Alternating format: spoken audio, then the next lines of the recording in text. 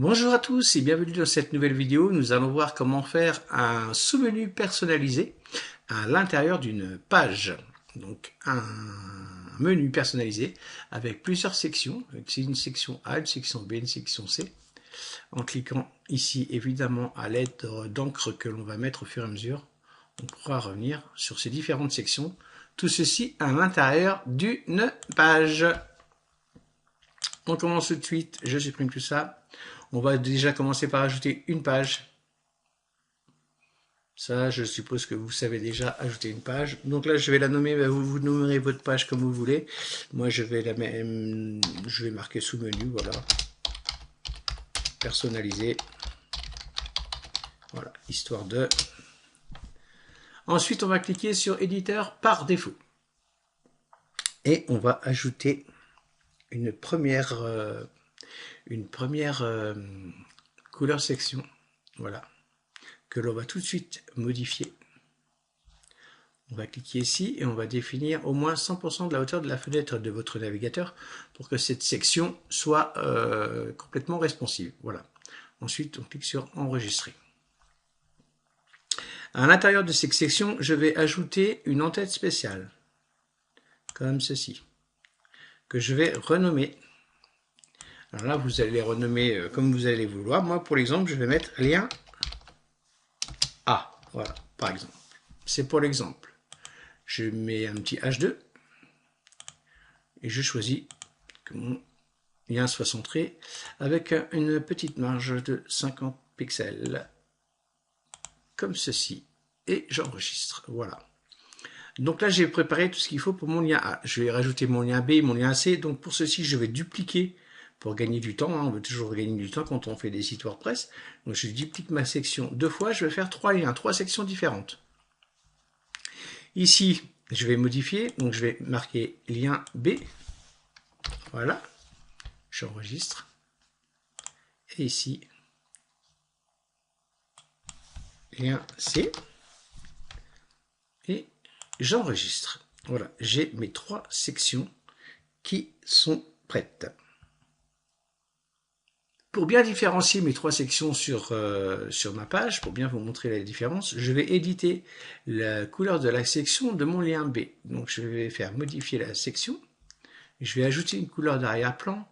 Je vais ajouter, admettons, on va dire du gris. C'est juste pour que vous voyez un petit peu la différence entre toutes les sections qu'on va mettre en place. Donc voilà, ça c'est fait. Maintenant, on va publier notre page. Et on va aller voir ce qui s'y passe. Ouvrir le lien. J'ai fait un clic droit, évidemment. Voilà. Donc pour l'instant, on n'a pas notre sous-menu. Notre sous-menu, il est absent. On a juste notre menu qui est là, mais on n'a pas notre sous-menu. On veut un sous-menu comme je vous ai montré tout à l'heure.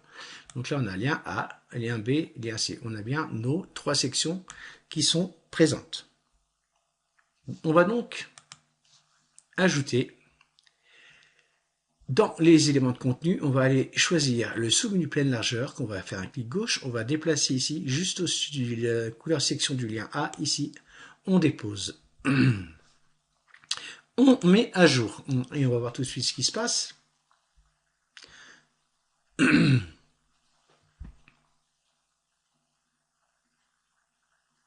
Voilà, donc là j'actualise.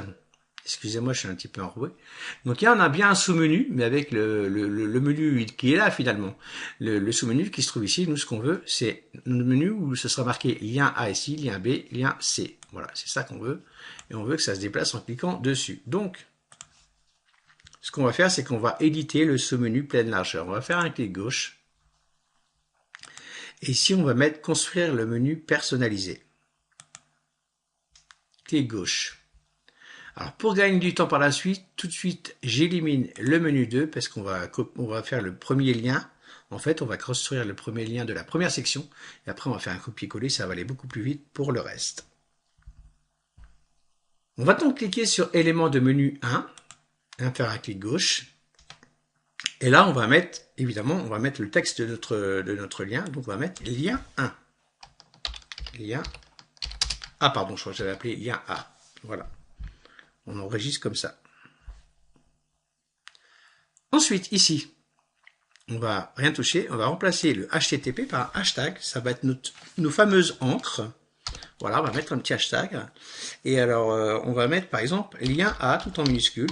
Il faut bien se rappeler de ce qu'on va mettre ici, parce qu'on va en avoir besoin par la suite pour ailleurs. Donc si on fait pas ça bien, ça va pas aller. On clique sur enregistrer. Donc on a préparé une autre lien A. Donc là, on va faire comme ceci. Copier pour faire le lien B.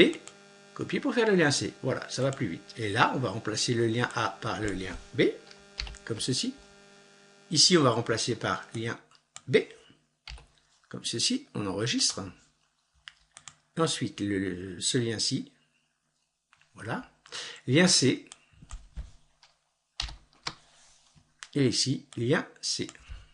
Rappelez-vous bien, pardon, excusez-moi pour les bégaiements, de ce que vous allez mettre ici, ça va être important par la suite. Enregistrer. On va enregistrer. On va mettre à jour. Une fois mise à jour, on va actualiser. Regardez bien ce qui se passe ici.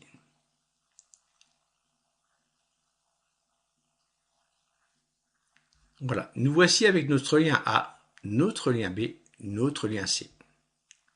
Alors, qu'est-ce qui se passe pour l'instant?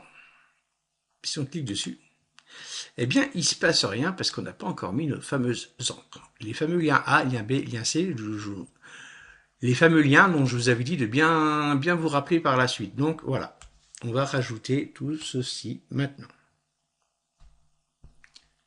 Pour rendre les liens actifs, nous allons nous rendre ici, dans les couleurs sections. Vous avez 3 couleurs sections. Donc on va cliquer ici dans modifier. Et au niveau du lien A, on va se rendre ici, dans cette section, ID section. On va mettre ce que nous avions mis au départ, lien A.